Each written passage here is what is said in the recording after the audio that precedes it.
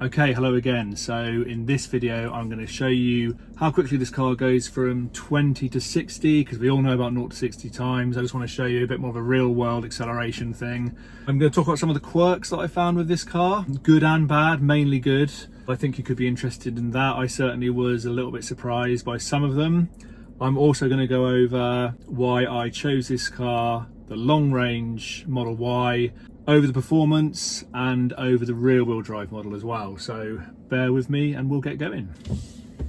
First thing I have to say is every time I get into this car, both my wife and myself are connected to it through our phones. It keeps setting itself to her driving position. So I have to go up here and I have to press Tom, and finally it puts me back to where I want to be. It's no big deal, but it just bugs me a little bit. This is actually like registered in my name and I was the one that set it up, so I don't understand why she's the one that gets preference, but there we go. Anyway.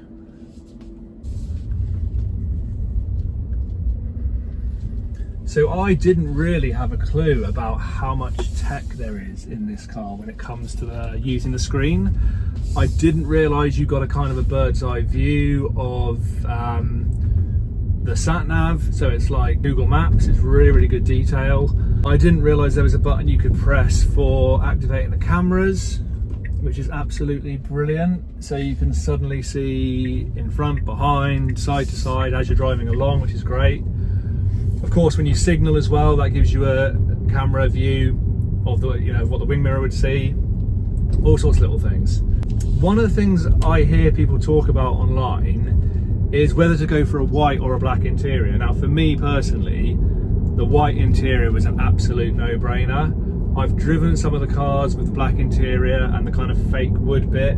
You can do things aftermarket to get rid of the fake wood. You can have it covered in Alcantara and stuff like that. I'm not really against fake wood in cars particularly, but I did find in the Model Y I didn't like it very much with the black interior.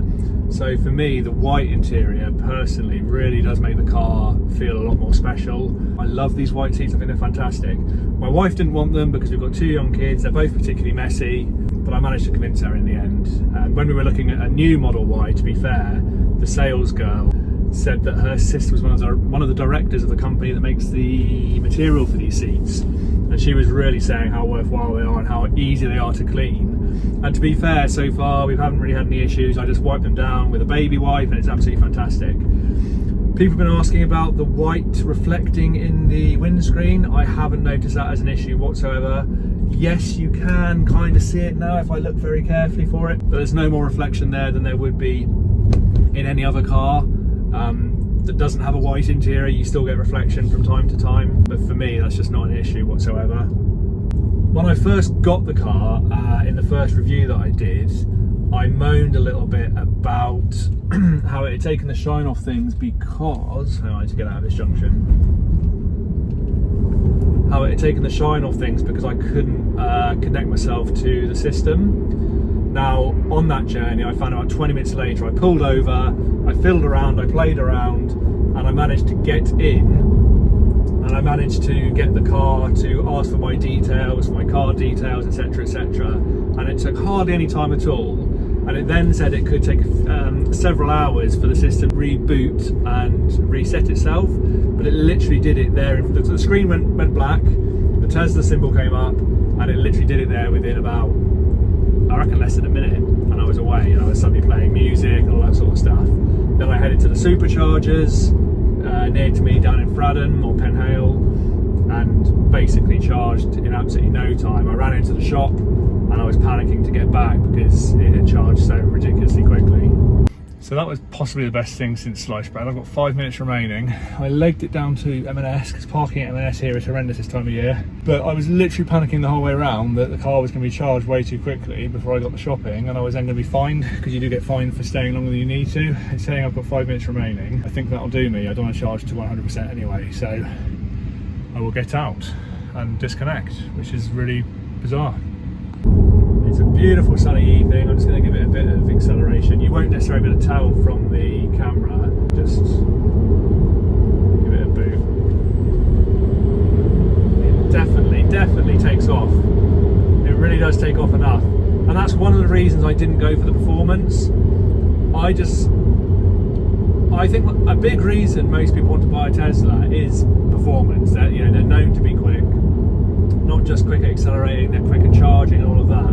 But let's talk about acceleration for a minute. I do think for me, the long range, being a family car, being a big car, has got enough acceleration personally. And that's, as I said in the previous video, talking as someone who is a big petrol head, who loves V8 engines, big V8 engines, loads of power, and the sort of person who says you can never have too much power. But I have to say, as a family car, with everything else that this car does, 0 to 60 in just under 5 seconds is plenty. It's lovely, and it feels quicker than that as well, because of being electric, with the torque being instant, as we all know, it does feel quicker than that. I've had cars that do a similar 0 to 60, and this one does feel more impressive. And let's face it, when it comes to acceleration, handling, all that sort of stuff, all that really matters is how it feels and how much you enjoy it. And for me, I found that long range was kind of a sweet spot. I didn't want the performance because I didn't want to sacrifice that range. I know technically the long range only goes about maybe 20-30 miles further, something like that, but for me, I just thought, this is my first foray into electric vehicle ownership. I've got to convince my wife to want it as well. She's, we do go up country a little bit on business for work sometimes, and I wanted her to have a good experience with the car as well. So if I'd have had a performance, I probably wouldn't have cared about that loss in distance as much, but she may well have done. And I also think, 0 to 60 in 3.5 seconds is fairly crazy, really. I mean, it's lovely to be able to do it, but in a big 2-ton family vehicle, I don't need to go that quickly, to be honest. I think I'd lose my license pretty quickly. But again, this one at 4.8 or just under 5 seconds, whatever it is, 10.5 to 100 miles an hour, is plenty quick enough. It does throw you back in your seat and it feels lovely. I didn't go for the rear wheel drive model because I don't like to go for the basic versions of a car. I kind of feel as though I'm missing out if I go for a basic version, and that's kind of a little bit silly in a way. I think there's a really good case to be made for the rear wheel drive. When I looked at the new car, they were doing a really good deal at about $299 a month on the rear wheel drive, and actually it's essentially the same car. It isn't going to accelerate quite as hard. It's still going to do 0 to 60 in about 6 seconds, which compared to most stuff is still nippy. It's still going to feel quick because it's an electric car. I test drove one of the rear wheel drives and it did feel significantly slower than the long range and the performance, but it was still a nice enough car. If you're not obsessed with acceleration, then the rear wheel drive is probably the one to go for. You don't really need 4-wheel drive very often at all, other than on the odd day. And even then, do you really necessarily need it? It's just a nice, if you're a petrol head like me and you're obsessed with cars, you kind of want to have a higher spec. You want to be able to tell yourself you've got 4-wheel drive, you've got a bit more power, you do 0 to 60 in a certain time. But essentially that stuff isn't really that important. The rear wheel drive would be a good option if I didn't have quite such an ego, to be honest. But I went for the long range because it was the best mix of performance and range, basically, and I just think it's lovely. And I love this car in white.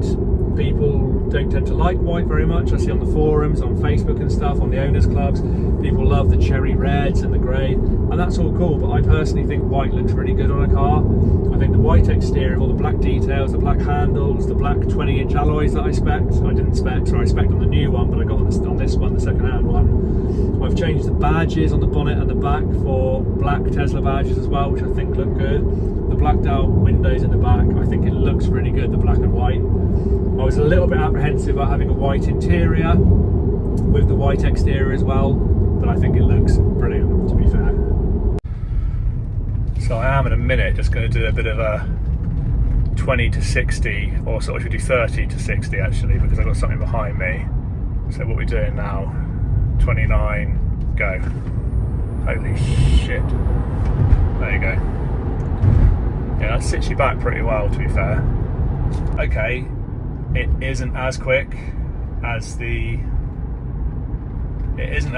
performance, but I think in something that weighs 2 tons that you want kids in the back of, dogs in the back of, big boot and all of that, it's really, really lovely and more than adequate.